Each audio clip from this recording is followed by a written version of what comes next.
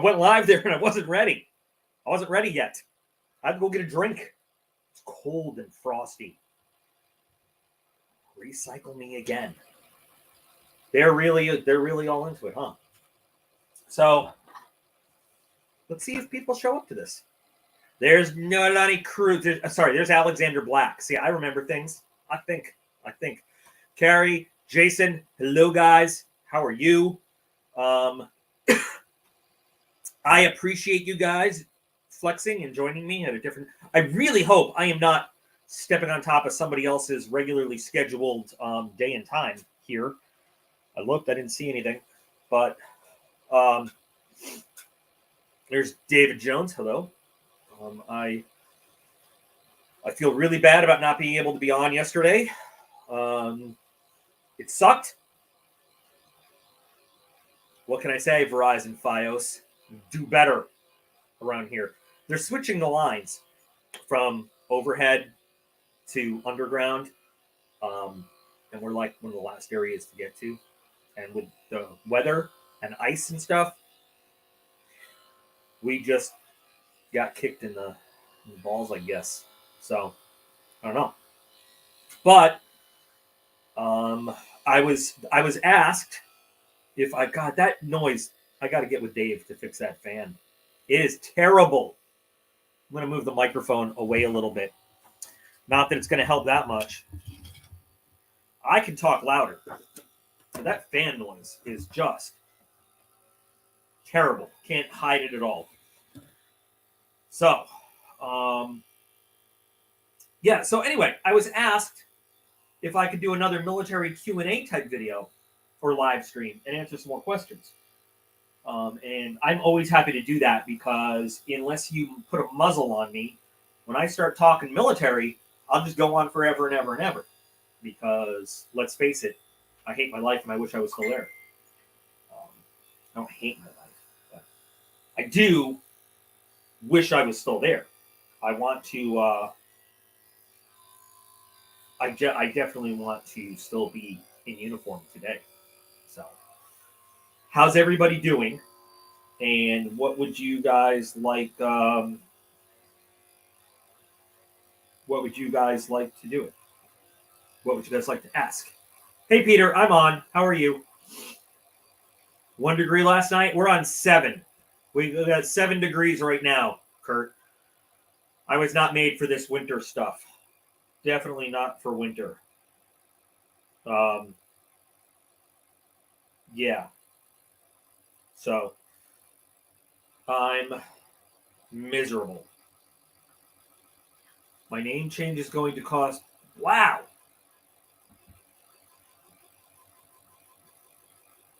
$450 for a name change.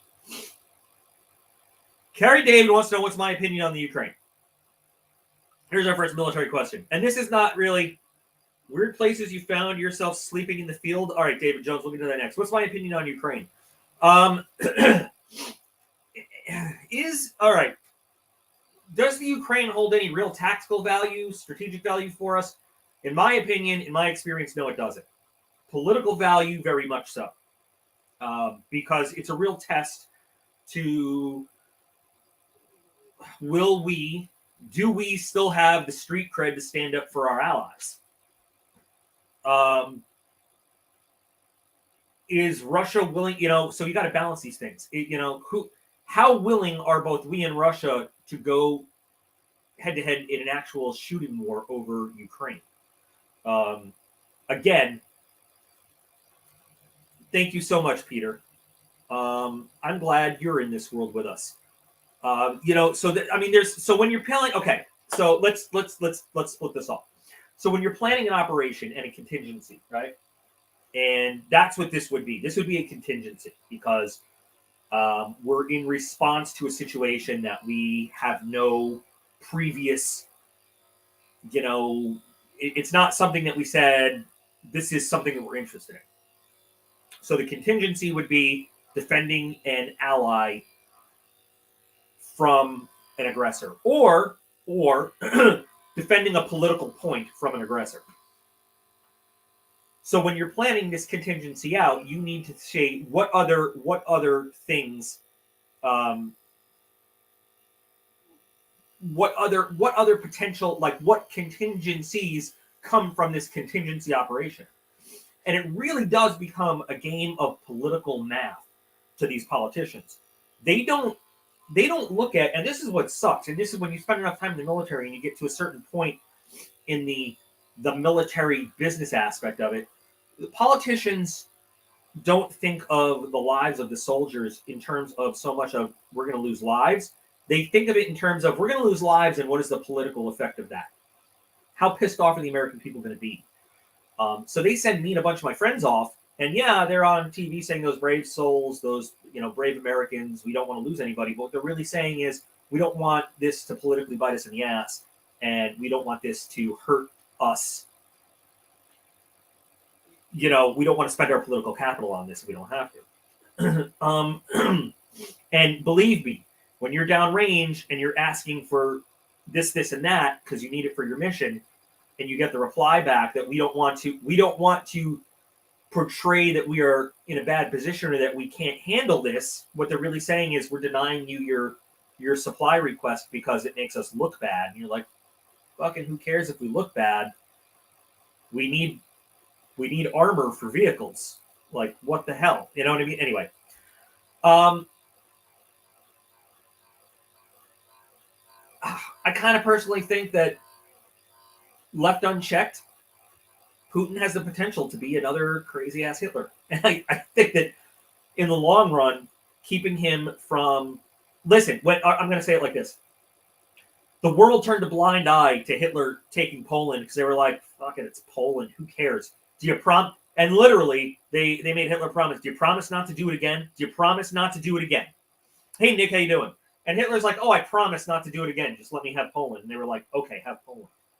And then he was like, but Czechoslovakia is pretty good. And they were like, okay, listen, nobody cares about Czechoslovakia. Screw that. But do you promise that's it? Do you swear that's it? No more of Europe? And he's like, yeah, I don't need any more of Europe. What do I care? But you know what I mean? Like, so if we just turned a blind eye and we're like, we're not gonna do anything about it, just you guys, it's kind of like, to a sociopathic personality, he thinks like I can just keep getting away with whatever I want. I can do whatever I want. I don't know. I think the risk of what it could be is more important than the risk of what it is. That's me. That's personally me. I don't know. I'm not particularly worried about the United States going to full-on war over the Ukraine. I think that it would be, this is from my perception, and again, remember, I have not been in a classified intelligence briefing since 2017. Things probably have changed. But I think that what would happen is there would be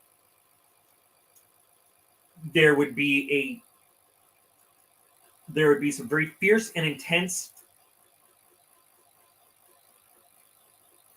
small battles between our forces. And then recognizing, again, looking at the history of what could happen, it would be ceasefire and political folks would get involved. Lives would be lost, though. Definitely. But I think the greater good would be served by that. I hope that answers the question. But again, that's just skirmishes is a great way. A great way to say it. The next question is, what is this? Let's talk about weird places you find yourself sleeping in the field. David, that's a great question. One of the weirdest places I found myself sleeping is underneath a 5-ton truck. I don't know if that's weird to you guys, but so a 5-ton truck is bigger than a deuce and a half. Not by much, but it's bigger. And people generally can't find you there, and you stay dry out of the rain. So we did a training thing at Fort Bragg, North Carolina, once upon a time, and it was hello from Germany. Welcome to the show. How are you? It was an interesting way to just avoid a bunch of people being annoying as hell and staying dry as well in rainy North Carolina. And I was like, you know what? I'm just going to get under this truck and I'm going to sleep there and hope Hope that it doesn't drive away while I'm under it. It was an interesting place, but it worked. I liked it. What do we have here? 3 knives. To me, they're absolutely perfect. I want a Yojimbo. Talking about a Yojimbo, I want a Yojumbo really bad. What MRE did you want or look forward most to getting and eating? Nick, that's an easy question. Beef stew MRE was my favorite. Favorite. I love beef stew, and I would still like the beef stew MRE. Definitely. Craziest things I've seen while in the military? Oh, man, we got to define what crazy is. I've seen some crazy things. I've seen a brand new second lieutenant duct taped to the main gun of an Abrams tank. That's the end of that story. I have seen... What have I seen? I mean, yeah, there's a lot of crazy. There's a lot of crazy I've seen. I've seen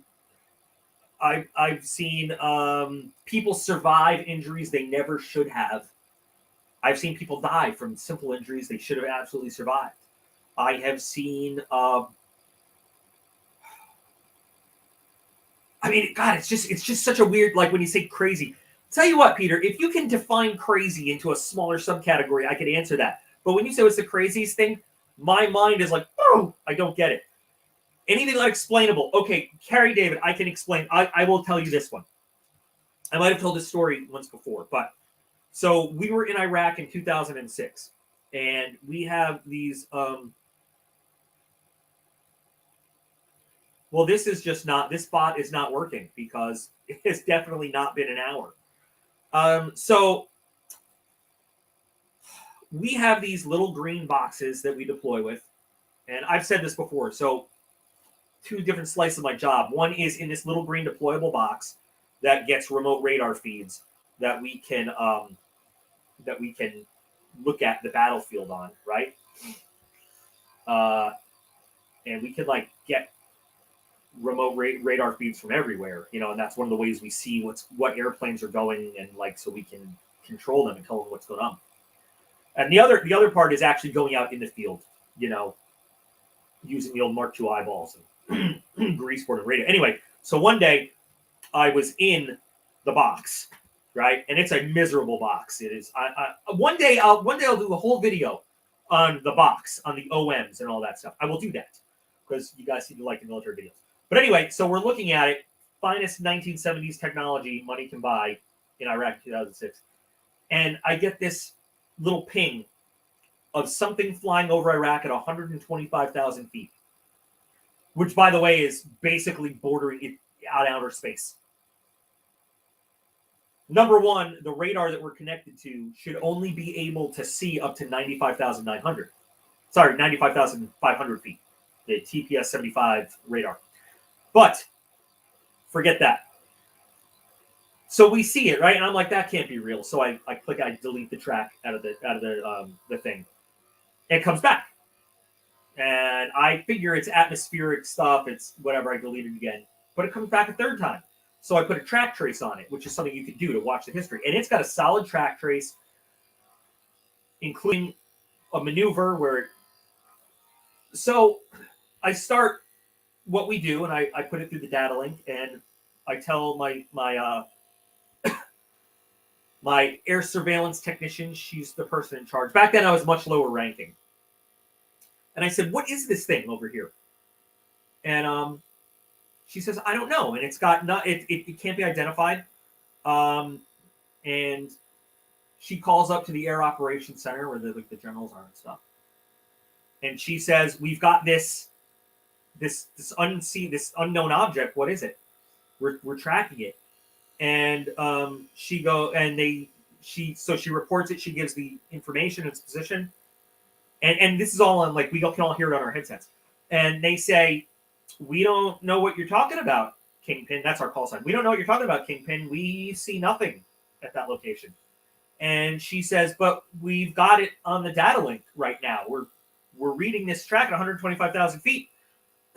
And they say, Kingpin, you are mistaken.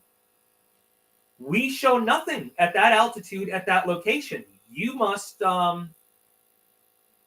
be seeing a fake track. You know what? I don't remember what the speed was. Carrie, I don't know. I don't know. Nothing. I don't know, honestly. And she said a third time, are you not seeing this? And the guy said with a very forceful voice, you don't seem to be understanding me, Kingpin. You are mistaken. There is nothing at that altitude and that location. Confirm you understand my message. And it all kind of clicked.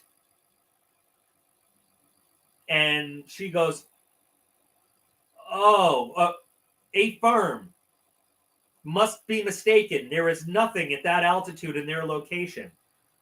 We have lost contact on that track. And so we took it off the data link, but we kept watching it on our screen. And that dude stayed up there for like 2 hours, went from one end of Iraq to the other, turned around, tracked back down Iraq over the Persian Gulf. We lost contact on him. But I don't know what flies at 125,000 feet. But we got really quickly the third time when he said, you are mistaken. There is nothing at that altitude. So we put, just as a joke, we put a little identifier on it. We labeled it as Space Shuttle.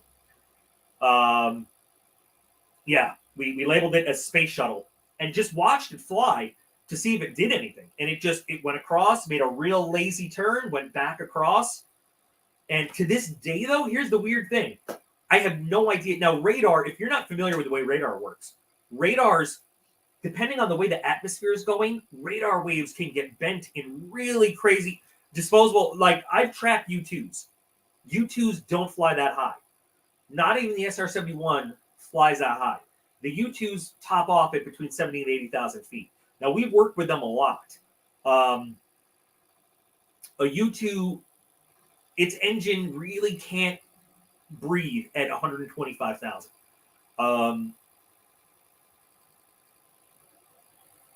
So anyway, it was, and U-2s, they acknowledge U-2s. U-2s come up on our air tasking order. We know when U-2s are around and U-2s check in with us, as a matter of fact. Just almost to be smartasses, they check in and they're like, this is so-and-so checking in, looking for any traffic flight level, 550 and above. That's 55,000 feet. And we're like, yeah, no, smartass. There is nothing at 55,000 and above, But so to this day, I have no idea what that was. All I know is we were told, no, you don't see that. You don't see that. That's one of the craziest things I've seen. Aliens can. Aliens can. Now, I don't know anything about, I had a security clearance to a certain level, and I know some cool secret stuff. I know I've seen some things, but, I've only heard rumors about the Aurora and all stuff like that. And I've always said, my opinion, they never would have retired the SR-71 if they didn't have something better to replace it with. I don't know. But that was a really cool event. I have, before the RQ-170 got downed in Iran and they had to release the fact that there was, a secret UAV, stealth UAV. I got in trouble. I got in trouble for seeing it when I wasn't cleared to see it. Just one of those things that happened. I had to get sat down and signed a huge non-disclosure agreement just because I accidentally saw it operating. One of those weird things. And was told, you didn't see this, it didn't happen.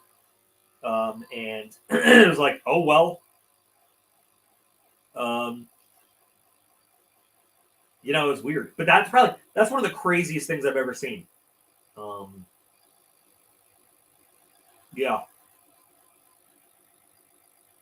trying to think if I'm allowed to say something else. Probably won't get into this. About certain airspaces in Nevada.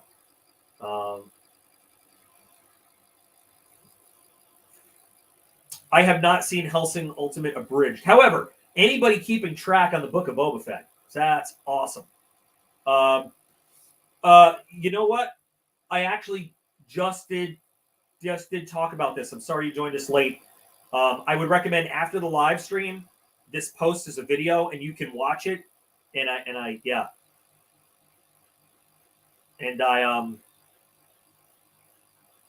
did talk about my theories on that. Yeah. So there's that. I've seen some interesting stuff during my time at Nellis. But I'm just going to leave it at that. They've got cool stuff. Crazy stuff. So Peter asked stuff that we don't see in the U.S. That's the kind of crazy stuff. I have seen a lot of crazy stuff.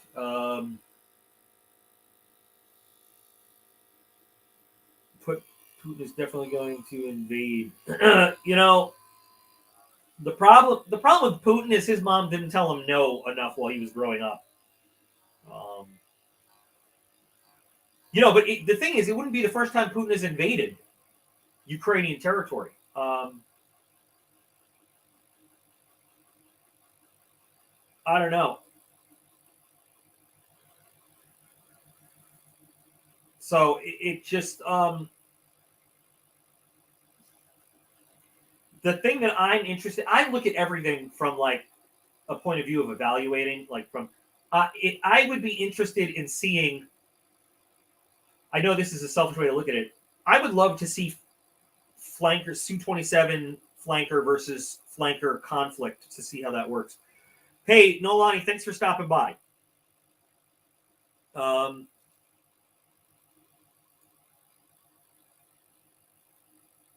Yeah, it's like I said before, man. Like if it goes to shooting, I don't think it's going to lead to World War III, because I think we know that it could very easily go to that, and so I think any actual shooting conflict is going to be contained quickly. It's going to be like an intense, quick burst of violence, but it's going to be contained quickly. That's my thought. Hey, Jonathan, how are you doing? Let me tell you guys, if you guys are into another cool war story, let me tell you about some French Foreign Legion guys, because this is a good, since you brought up Foreign Legion. A lot of people, we make fun of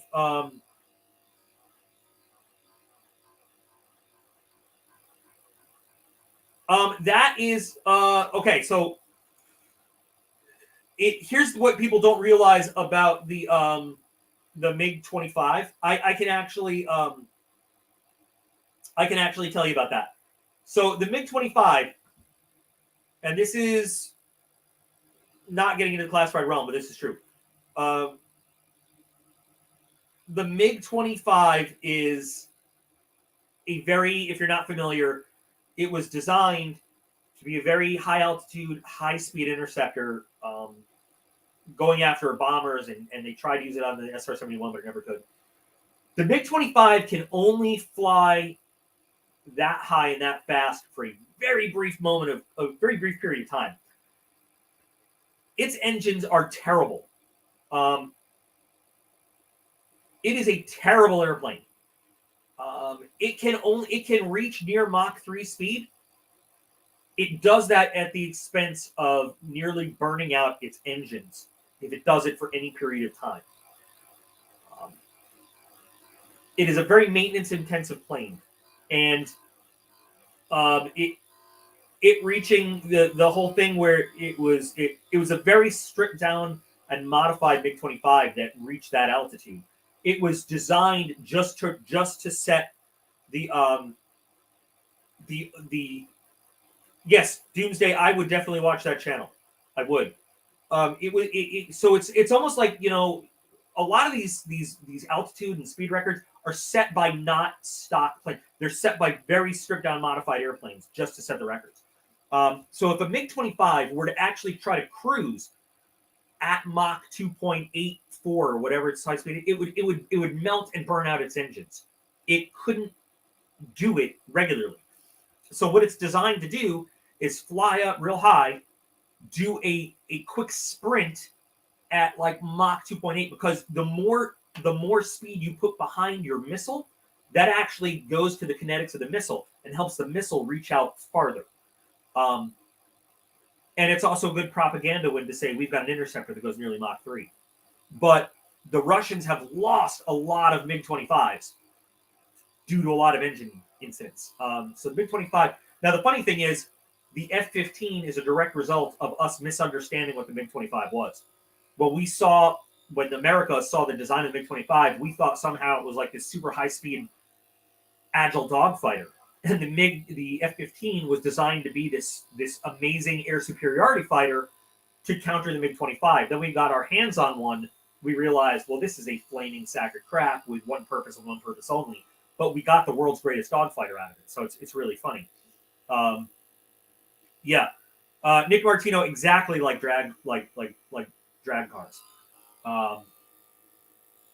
We developed some specific tactics to counter the MiG-25. The problem is also the MiG-25 at speed, it has a turning rate like a turning radius like the size of Texas. I mean, it's, you can't make an agile turn. I'm sorry. Yes, no. I'm gonna Manu. I'm gonna tell the Foreign Legion story right now. It's just he brought up MiG-25. Anyway. I'm sorry. Hey Kevin, how are you? So let's talk about the French Foreign Legion. So as a young troop in the army, my first deployment experience was to that frozen hell wasteland we know as Bosnia. For the whole peacekeeping thing that ended up becoming Kosovo and all that. Now, our rules of engagement over there were awful because, well, number one, we were under the Clinton era, and that's how old I am now. I'm not going to get political about it, right? So have the Russians always... No, Craig, actually, the first Russian engines were basically copied from the British. So their initial jet engines were great. Craig, let me tell the story and then remind me to talk about Russian jet engines. I'll get to it.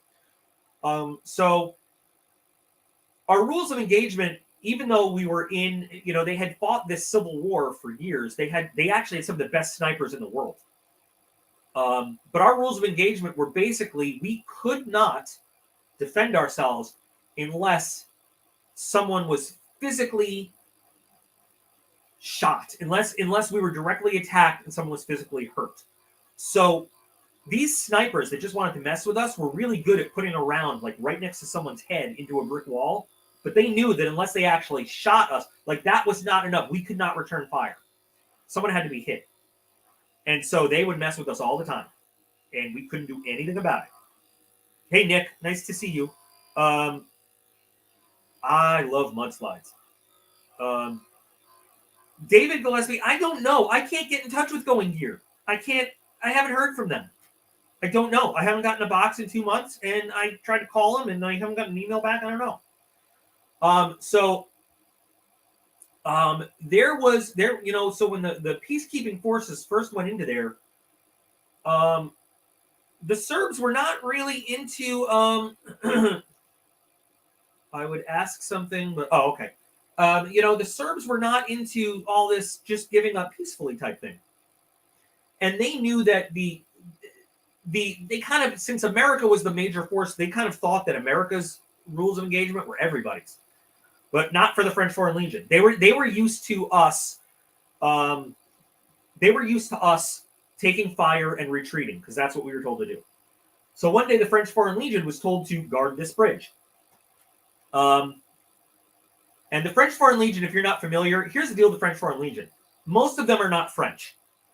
The French Foreign Legion is a kind of place where if you have any kind of crime history, if you're wanted for anything, if you have a bad history, you can join the French Foreign Legion.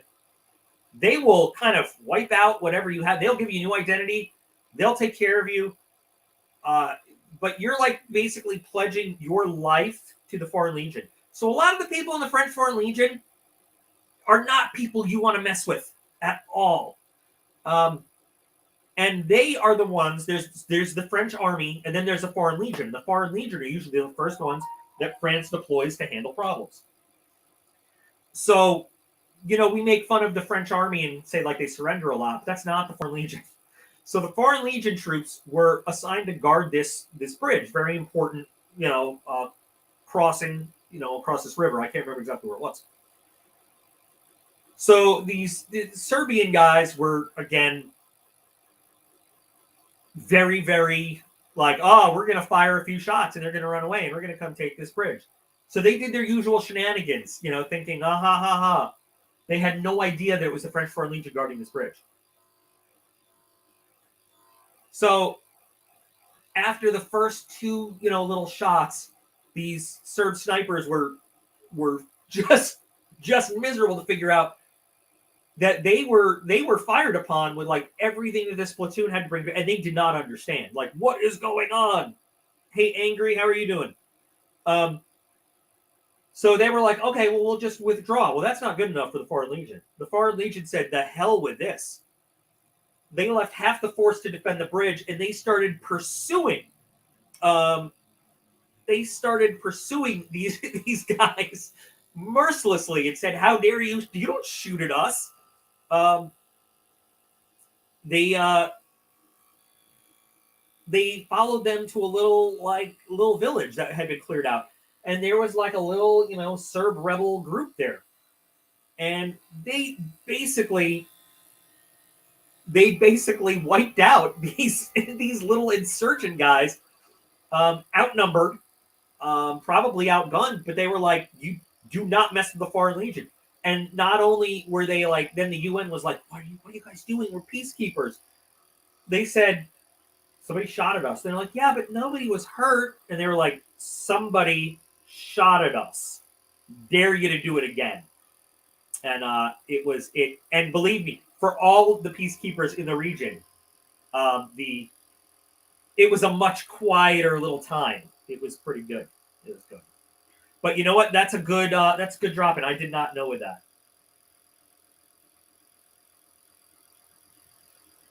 I didn't know they changed that. Thanks for informing me. Okay. Why does the MOS call sign always change? So there's two different things you're talking about there. The MOS is military occupational specialty. In the Air Force, it's the Air Force Specialty Code. Why does that always change? Because they're always restructuring career fields. As some jobs, they realize, like, as technology changes and stuff, or sometimes they just phase certain things out so that civilian contractors do them, or they combine things. So every once in a while, they have in the military, they have like a conference where they figure out what's the future of different careers. So the MOS has changed as they kind of combine things or they change things up. So my channel, DocP 91B, when I first came in the Army back in the late 90s, mid to late 90s, the 91 series was medical. And the MOS for a combat medic was a 91B. A little bit later, it became a 91 whiskey, was a combat medic. 68 series was wheeled vehicle, was mechanics, and a 68 whiskey was a wheeled vehicle mechanic, light wheeled vehicle mechanic. At some point, they ended up changing the series around. And now, from what I understand, a 68 whiskey is a combat medic.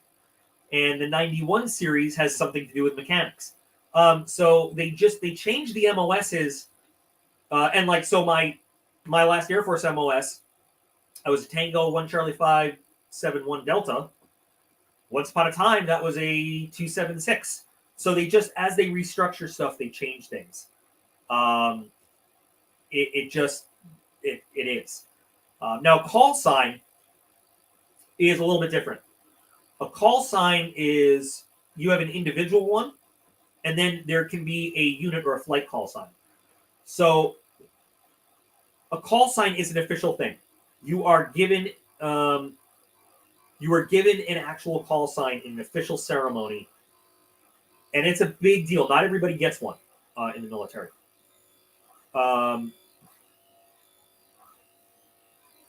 It is how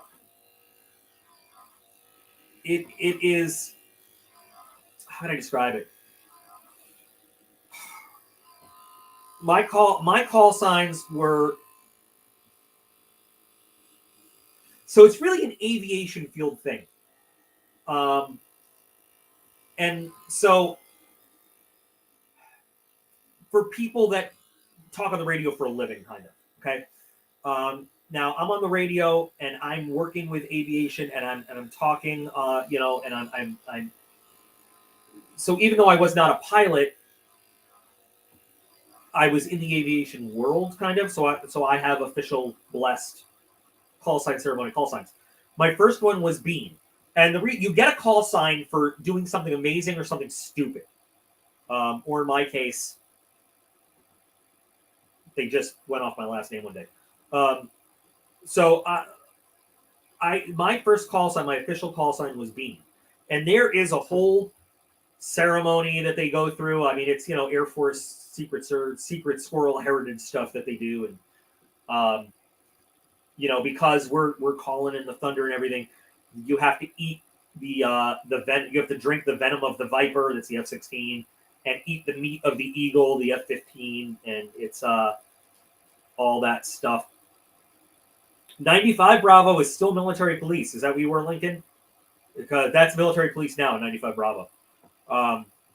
And so I originally was Bean, and then when I went through weapons school, U.S. Air Force weapons school at Nellis, they made me, I was renamed Manther because Sam, my wife, was 11 years younger than me, and Manther is the male version of a cougar, which was funny, and pilots love that.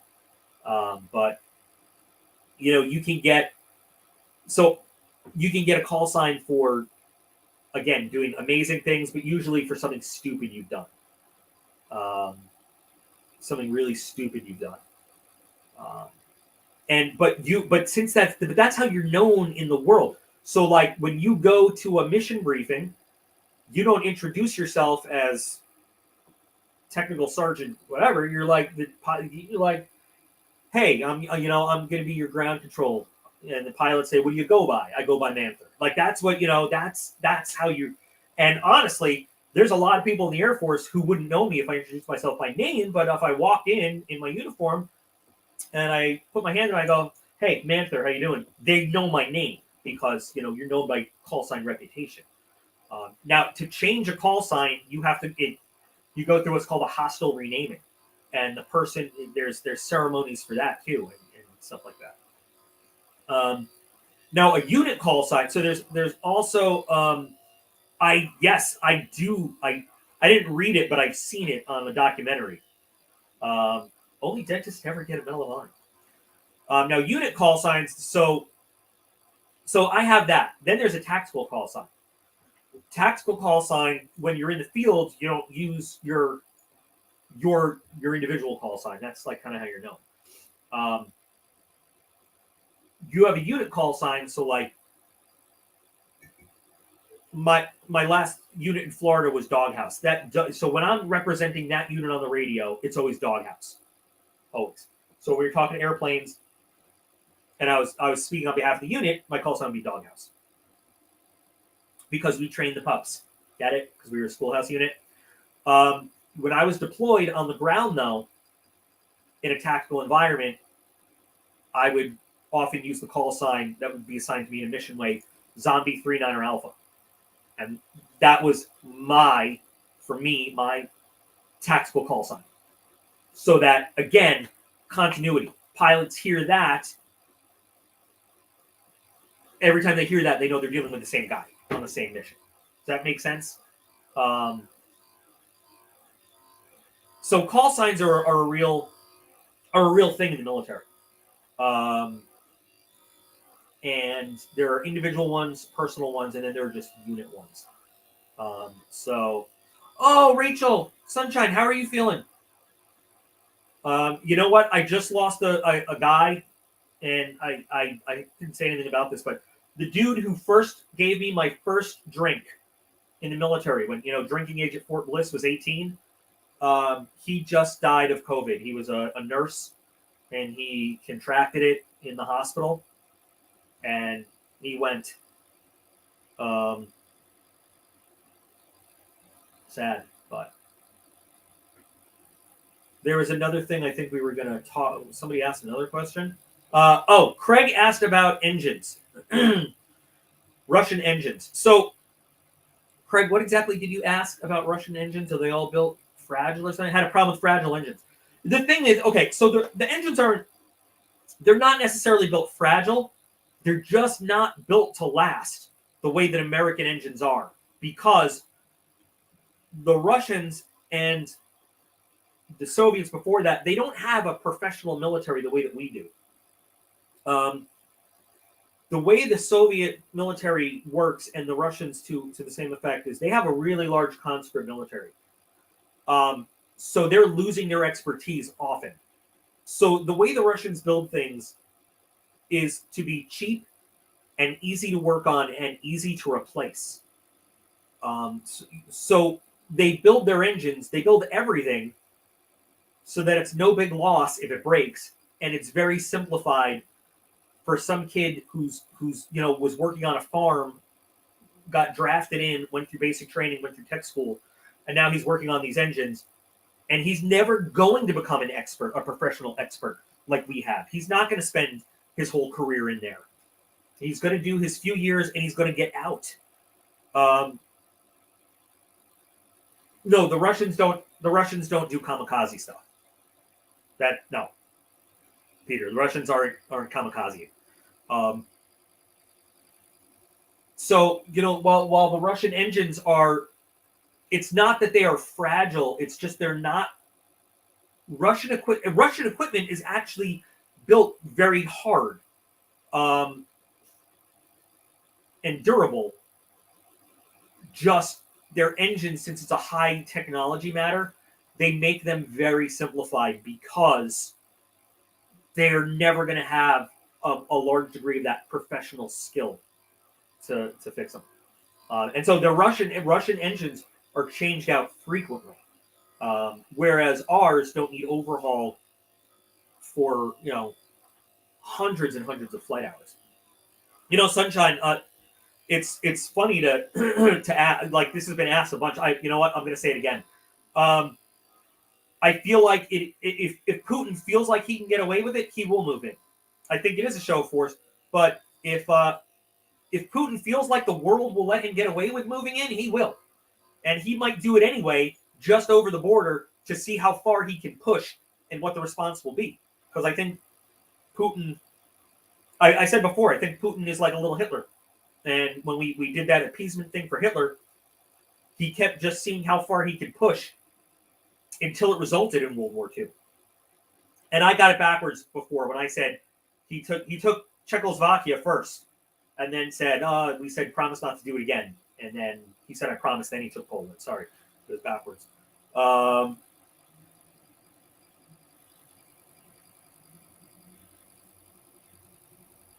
They had wood decks, but the carriers were also metal.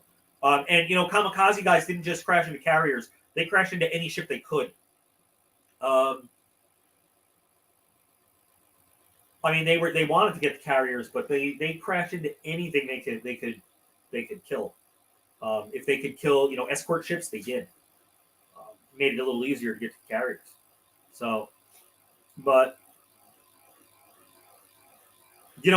again, we got to remember, this is not the first time Russia has bit off on Ukraine's land. Like they've done it before. So there's no, yeah, I don't know.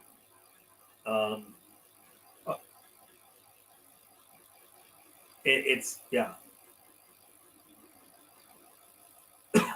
So, Doc, have you ever watched oversimplified videos regarding World War II? No, I haven't. Somebody else mentioned that. I should probably check it out.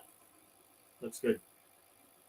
Yeah, I agree. Putin comes from old school Soviet, and he wants that empire back. I totally agree. And, Russian weapons are not as shitty as they were 20 years ago. There's still nothing compared to what we can put on the battlefield. But if we just shoot it out with Russia, I absolutely think we would win. But we're going to get a damn bloody nose first.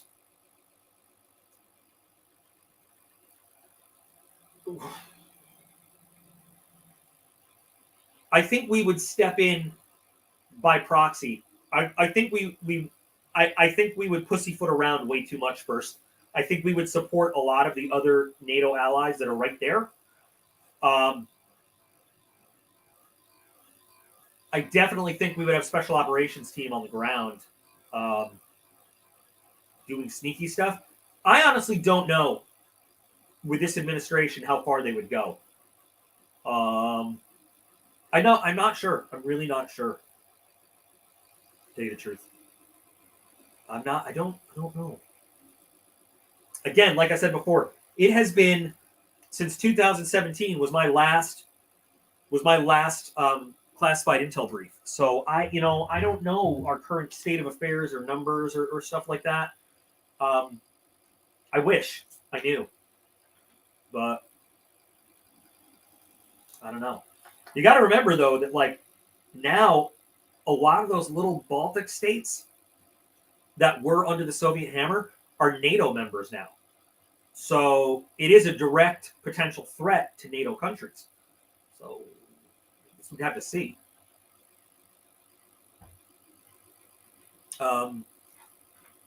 It does not keep me up at night thinking about them. It really does not. Fun fact, last year.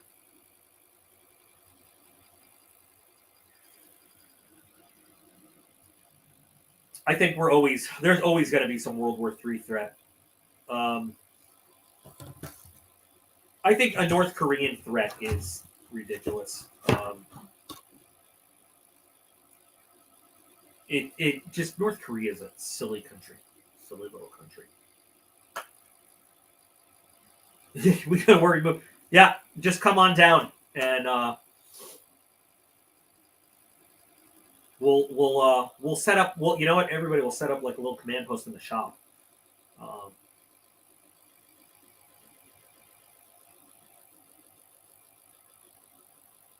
Who doesn't want Ukraine to have NATO status?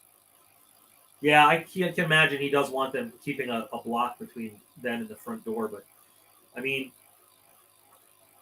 Putin has really revitalized the Russian military. He really, really has. I mean, but again, knowing a lot of the stuff I know about how their stuff works, unless it went nuke, and I don't even want to think about that. But in a conventional war, we win. I mean, we win with what we have versus what they have. As good as their modern fight, like they've stepped up their modern tactical aircraft game, but it still does not compare. It really still does not compare. And we have tricks up our sleeves when it comes to. I mean, I also ground-wise, we talk about the T-90 and people talk about how great it is, but they said the same crap about the T-72 and the T-80 when it came out. I don't have a lot of faith in the T-90 as a ground platform. By the way, I can't wait for you guys to see the monthly Knife Club video tomorrow. I think it's interesting. I think there's going to be a lot of split decisions on that. I think if we have another world war, I think Manu's right. I think if there's a third world war, keeping it from going nuclear is going to be next to impossible. I wish we could uninvent nuclear weapons. It's one of the things that, as a soldier and an airman, one of the few things that really did scare me weapons wise was a nuclear, like the threat of nuclear. There's nothing you can do. There's nothing that you can do. Oh, Peter, you know what I'm going to say about this. You know I'm going to say it's us. We do have the best military. And you know what makes us the best military? It's not just the equipment, but the fact is there's no country in the world that invests the time and money in training that we do. I mean, that's what it comes down to. We not only have amazing military technology, but we train like nobody else. Now, besides us, if you want to talk again about technology and training, Germany and the British together do excellent training. I mean, and that's really what it comes down to. It's a factor of training. If you're just talking sheer numbers of stuff, probably China.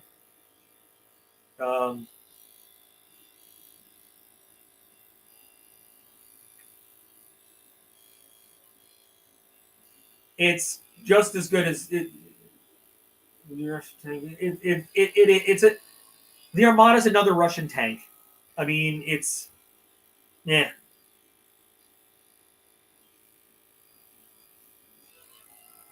It. I would say the Armada is probably on par with um, an early model Abrams, but probably not as good. But yeah, I do like carbon fiber on knives. Yes, I do. I don't like that really like paper thin sliver of carbon fiber stuck onto G10, but I like carbon fiber on knives. Yes.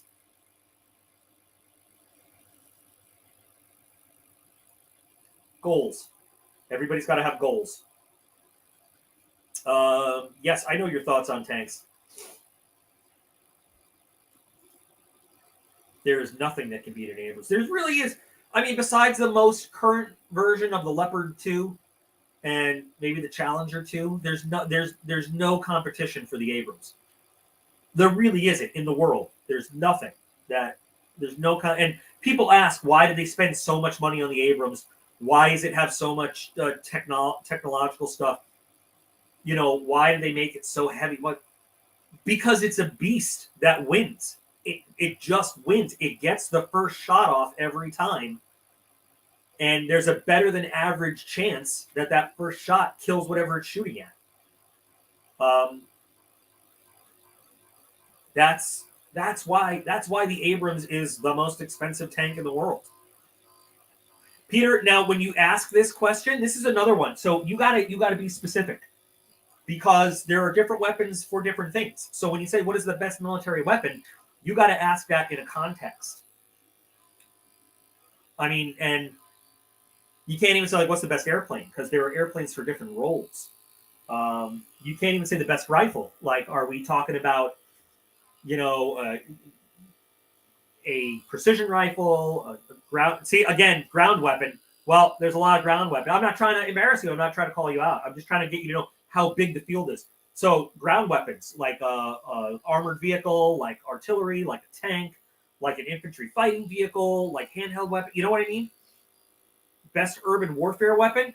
The best urban warfare weapon in the world is still the rifle. It is still the rifle because in urban warfare, it comes down to men clearing buildings, hand to hand. I mean, that's what it comes down to. You can put armored vehicles into. Oh, you know what I'm going to say today? I'm going to say the Tavor X95.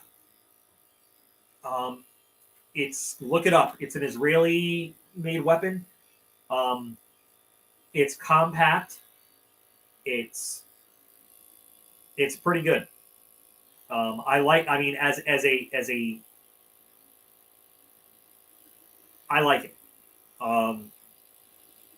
But yeah, this is. You know what I could say about this, David? I remember a quote that says, "You can bomb a country to the ground. You can run it. You can turn all the grass over with tank treads, but you do not hold ground until you've got an 18-year-old kid with a rifle and boots on his feet saying this hill is mine," or something like that. Yeah.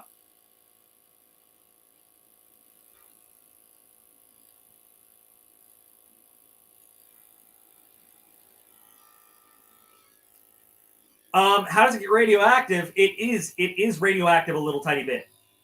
Depleted. Remember, depleted uranium always has a small amount of radioactive, a little bit of radium, because depleted uranium comes from uranium that was used in a nuclear reactor and is all used up. But it still has some base level radiation in it. Oh, Peace Boy, it's cool. It's cool. So it always has a little bit of radiation. Now, when you take that depleted uranium and you slam it into a piece of steel traveling at a mile a second, it gets hot, particles come out, so it releases, as that piece franges out, it releases some radiation. What was my favorite military weapon? My favorite military weapon was the Mark 19, fully automatic 40 millimeter grenade launcher. Because there is just no there's how does tritium have radiation? It's just tritium is a radioactive gas. That's why it glows. So it just does. It's a isotope. It's a radioactive isotope element. But the Mark 19 was so much fun, and it just, I mean, it's just there used to be a funny thing that said Mark 19 because fuck you and anyone else around you. I mean, that thing is cleaning. It's a bitch. It's heavy as hell. And actually, on the old Humvees that weren't up armored, if you put it 90 degrees to the side of the Humvee and you started firing it on fully automatic, it could actually knock the Humvee over. It was awesome. I love that thing. And for convoy protection, you always had 2 trucks with Mark 19s mounted, because if you had to clear out a ditch or a hole or something, oh,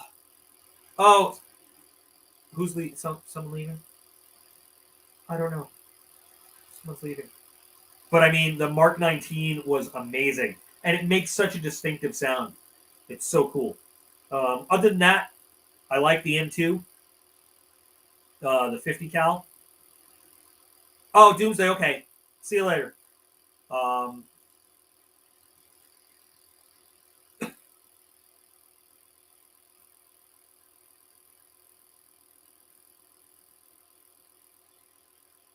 No, I don't want that pouch. No thanks.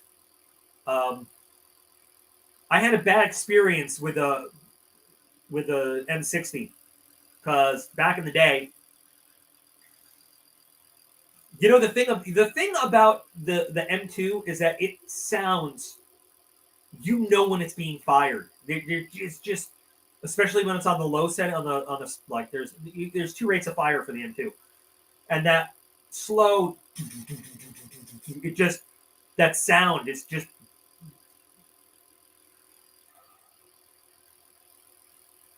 oh, now it's in my head. So funny story about being in basic training. I had a drill sergeant. His name was Drill Sergeant Morales. So I remember every single day, Jordan. Every day, I wish I was still in. Every day, I wish I was still in. I'm not kidding. I would go back and I would do my entire career again. I miss it so much. I loved even the most miserable days in the military. I mean, there are so many events I never want to go through again. Like, I never want to get shot at again in my life. But I do, yes. But so in basic, I can remember all my 3 drill sergeants' names from my platoon. We had our senior drill sergeant was Sergeant Beltry. We had Sergeant Banks and Sergeant Morales. And so the day we were learning the M60 in basic training, Sergeant Morales had a very, very heavy Puerto Rican and Brooklyn, New York accent. So it's hard to hear, hard to understand a lot of what he said. But he was teaching us the M60. And what he told us was, you will fire, and I've said this before on this channel, I think, a 6 to 9 round burst. You fire the M60 in a burst of 6 to 9 rounds. with his accent and wearing my helmet and everything else, I heard, you will fire a 69 round burst. 6-9. You will fire a 69 round burst. Now, when you fire a machine gun, you can't fire it too much because you could literally melt your barrel. It gets hot. If you fire a machine gun too much, you watch, the barrel will actually turn bright red. It will glow. But here I am. Okay, my turn on the pig line. We call the M60 the pig. I'm all excited. In the little concrete foxhole. I'm like in firing position. I'm so excited. They call ready on the left, ready on the right, ready in the center. Firing line is hot. Rotate your selector switch, and I go to fire. And I have my earplugs in so I can't hear what everybody else is doing. But I pull the trigger, and instead of firing a 6-9 round burst, I start to fire a 69 round burst. And so I'm just like happy as a pig going, I didn't notice that everybody had stopped shooting and was looking at me. And I'm just like, watching tracers fly down range and everything. Until I feel a large rock go bunk on the back of my helmet. And I'm like, what? And then I notice everybody's looking at me. And there's Sergeant Morales, Sergeant Banks looking at me going, the fuck is wrong with you, man? And I'm like, what? What you trying to do? I'm firing a 69 round burst. And yeah, it was not a good day. I don't know, so common punishment in the military back then was you have to do push-ups with your M16 on your hands. I don't know if you ever tried to do push-ups with an M60 lying on your hands. Not on the tripod, but lying on your hands. It's heavy. It hurts. So that was my favorite fuck up in basic training story. Yeah. I had to do 69 push-ups, by the way. All right, take those dogs for a walk. They deserve to get out. Yeah, the M60 it's a heavy weapon. I mean, it's fun. It's fun to shoot. Don't recommend trying to shoot 69 bullets at once, but yes, Dominic, I have seen that. It's pretty cool. Vortec Industries, by the way, just came out with a revolutionary whole new suppressor cleaning system. It's pretty good.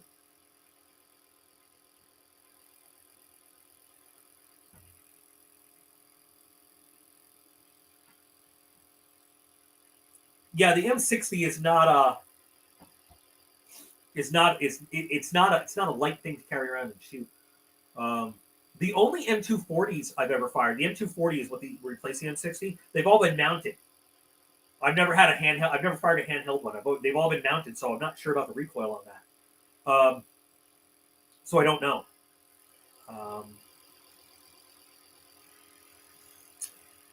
Patriot, what I mentioned was that I have not gotten my boxes for the last 2 months, and I have not been able to get anybody to answer the phone, and I have not gotten an email back from them. And apparently that seems to be a common story for people going on right now. The heaviest firearm I fired in deployment is the M2. That's the heaviest I fired. Unless you count me directing a plane to drop a 2,000-pound bomb. I mean, I kind of fired that. But, no, well, the 30 millimeter on A10. But no, see, I haven't actually fired that. Let's make this guy go away. Make that go away. Wait.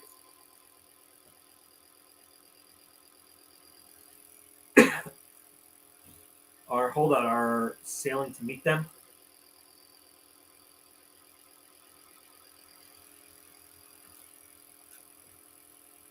Going gear got Thanos. Somebody snapped and they're gone. I don't know. Like everybody's telling me they can't get any response from them.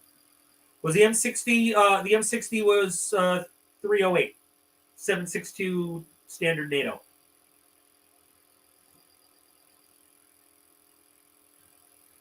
And you know, it was a nice weapon. I mean, they put it on everything for a while. Jonathan, you be cool. You have an awesome night. Actually, we're at about an hour now, so you know, I think it's about time we get going. I'm gonna eat some pizza, hang out with the boys, and stuff like that. Nobody asked me what I was carrying today. Usually somebody does. And probably not. That's what I thought about rifles. Going Gear is owned by BattleBox, I think. It's an affiliated company. I'm pretty sure. Yeah.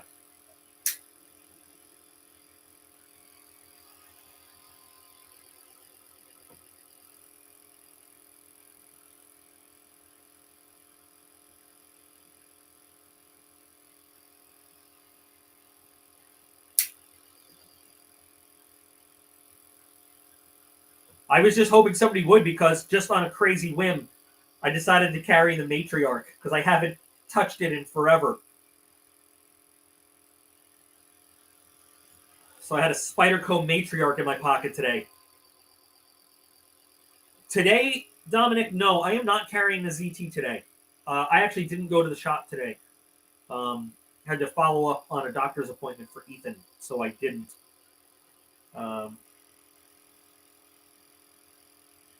David, I did not. I last week, I know, I'm sorry, not making an excuse. I didn't go to the shop at all last week because the boys were sick. We had snow days, and I was only in like one day this week. I will absolutely get it on the FedEx scale tomorrow. So yeah, this is like a Karambit. It has, the only purpose is to start cutting people. But I carried this around today, and my customized Spyderco not Southern, a little dusty. Can't really see the acid wash on it. The anoing has fingerprints on it.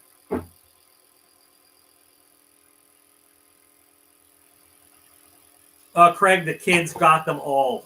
I still have to upload the video to that, Craig. The only reason I haven't done it yet is because it was like we opened it that morning, and Tato was in it, and it's still kind of hard.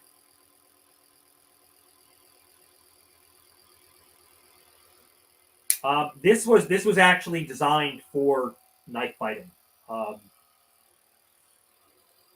I got it because it was at a pawn shop. Well, not a pawn shop. It was like a gun store, but they had like a little used kind of pawnish section. And I picked it up dirt cheap. I mean, it was like $20 for this. And I was like, I got this in a Spyderco Police. Cheap for what they are. So I've carried it not a single day, so I decided to carry it today.